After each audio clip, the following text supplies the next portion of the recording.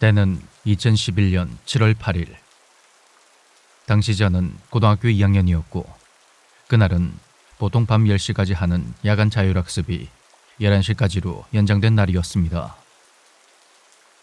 그때가 장마철이라 비가 내리고 있었고 평소 저와 친한 친구인 K는 11시까지 공부를 하고 가자고 했지만 빨리 집으로 가고 싶었던 저는 K의 우산을 빼앗아 도망을 쳤습니다.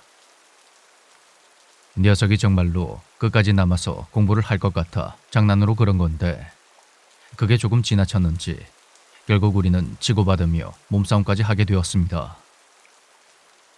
우리는 서로에게 주먹을 휘두르며 엎치락 뒤치락 했고 그러다가 제가 K의 주먹에 턱을 맞으면서 그대로 주저앉아 버렸습니다. 그 상태로 잠시 멍해진 저는 갑자기 벌떡 일어나서 K를 껴안았고 우리는 화해를 한 뒤 교실로 돌아갔습니다.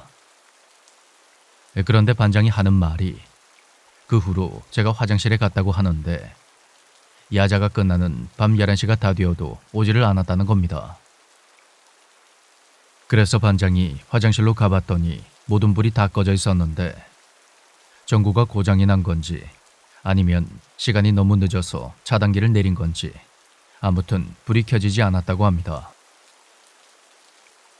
제 이름을 불러도 아무런 반응이 없자 반장은 변기칸을 하나씩 열어봤는데 마지막 칸의 문이 잠겨져 있더랍니다.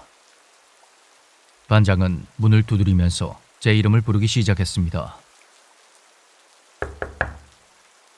야, 정민아, 너 뭐하냐? 자냐? 야자 다 끝났어. 하지만 안에서는 여전히 아무런 반응이 없었고 반장은 옆 칸으로 가서 변기를 밟고는 마지막 칸을 내려다봤다고 합니다.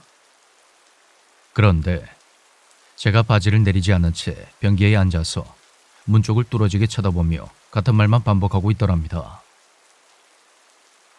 들어왔다. 들어왔다. 들어왔다.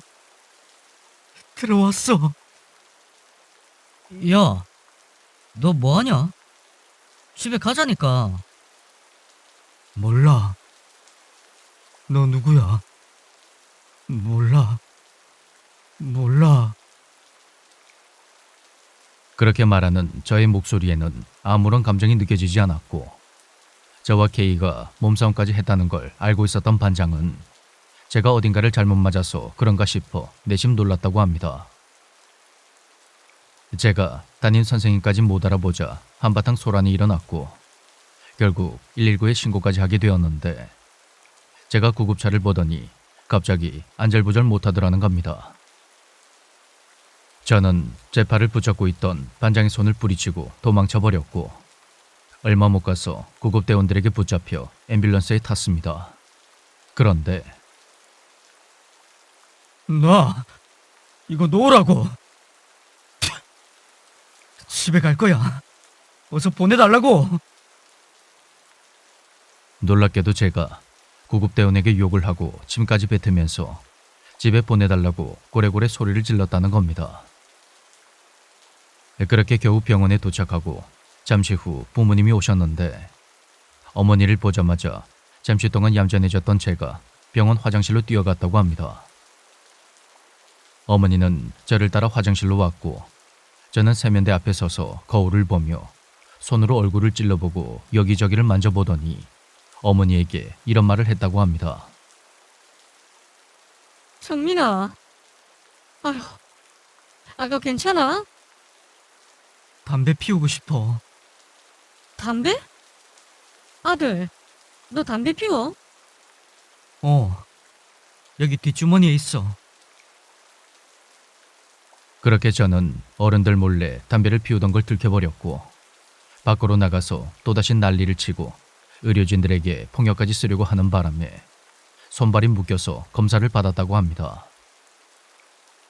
검사 결과 큰 이상은 없고 의사 선생님은 잠시 뇌에 충격이 가해졌거나 했을 때 이런 이상행동을 할 수도 있다는 식으로 그렇게 말했다고 하더군요. 부모님과 함께 택시를 타고 집으로 가는 동안에도 전 어머니의 물음에 아무런 말 없이 멍하게만 있었고 엘리베이터에 탔을 때 어머니가 저에게 우리 집이 아파트 몇 층이냐고 물어보자 제가 5층 버튼을 계속해서 눌렀다고 합니다. 우리 집은 7층이었는데 말이죠. 아휴, 얘가 대체 왜 이러지? 정민아, 여기가 우리 집이야. 우리 집 7층이잖아. 맞지? 네 현관 비밀번호 뭔지 알지? 한번 눌러봐라. 하지만 저는 도어락의 숫자 5번 버튼만 계속해서 눌러댔고 집에 들어가자마자 제 방으로 뛰어들어가서 침대에 누웠다고 합니다. 이때까지만 해도 어머니는 제가 학교에서 친구들이랑 장난을 심하게 쳐서 그런 거라 생각했고 한숨 푹 자고 일어나면 괜찮아질 거라며 방문을 닫아줬다고 합니다. 다음 날 토요일을 맞아 동생은 아침 일찍 학원에 갔고 어머니가 깨우는 소리에 일어나 식탁에 앉았는데 제가 밥을 먹다 말고 거실을 서성거리더니 갑자기 안방으로 들어가서 동생의 바람막이 외투를 유심히 쳐다보더랍니다. 정민아, 그거 정환이가 며칠 전에 산 거잖아. 기억나지? 마음에 들어? 오, 괜찮네. 괜찮아. 저는 동생의 옷을 입고 거울을 한번 본 후 그걸 다시 벗어두고는 곧바로 방으로 들어가서 잠이 들었다고 합니다. 문제는 제가 한두 시간 간격으로 제 방과 안방을 들락거리면서 그때마다 동생의 바람막이를 마치 처음 보는 옷인 양 입어보고 거울을 봤다가 다시 벗어놓고 하기를 몇 번이고 반복했다는 겁니다. 이야, 괜찮네. 괜찮아. 그런 제 모습에 놀란 어머니는 결국 눈물을 흘렸고 한참 후에야 눈을 떠보니 제가 제 방 침대에 누워 있었습니다. 정신이 들자마자 갈비뼈에 심한 통증이 느껴졌는데 여기까지 이야기를 다 들은 분이라면 눈치를 챘겠지만 전 아무것도 기억이 나지 않습니다.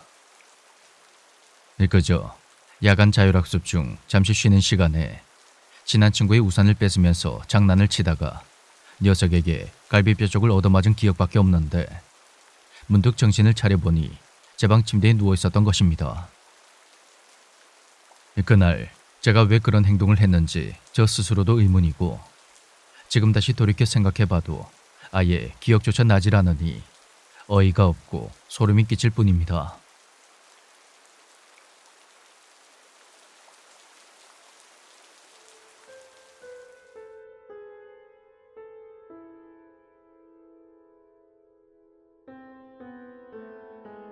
후쿠오카에 있는 대학교에 다녔던 나는 방학이나 연휴가 되면 고향인 오이타로 돌아가서 고등학교 친구들과 놀곤 했다. 대학교 2학년이었던 그 애 역시 고향으로 갔는데 당구 게임이나 다트를 하면서 놀다가 그것도 질려버린 우리는 딱히 하는 일도 없이 넘치는 시간을 주체하지 못하고 있었다. 친구 와이는 이제 대학생도 되었겠다. 한가한데 구마모토까지 드라이브를 가자고 제안했고 우리는 새벽 1시 무렵에 차를 타고는 구마모토로 향했다. 오이타에서 구마모토까지 가려면 타케다와 아소를 지나는 산간도로를 거쳐야 하는데 아소쯤에서는 산길만 쭉 이어져 있고 주변에 가게 하나가 없다.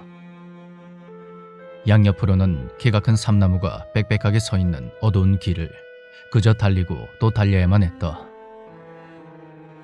그렇게 한참을 가는데 앞쪽에 두 사람의 실루엣이 보였다.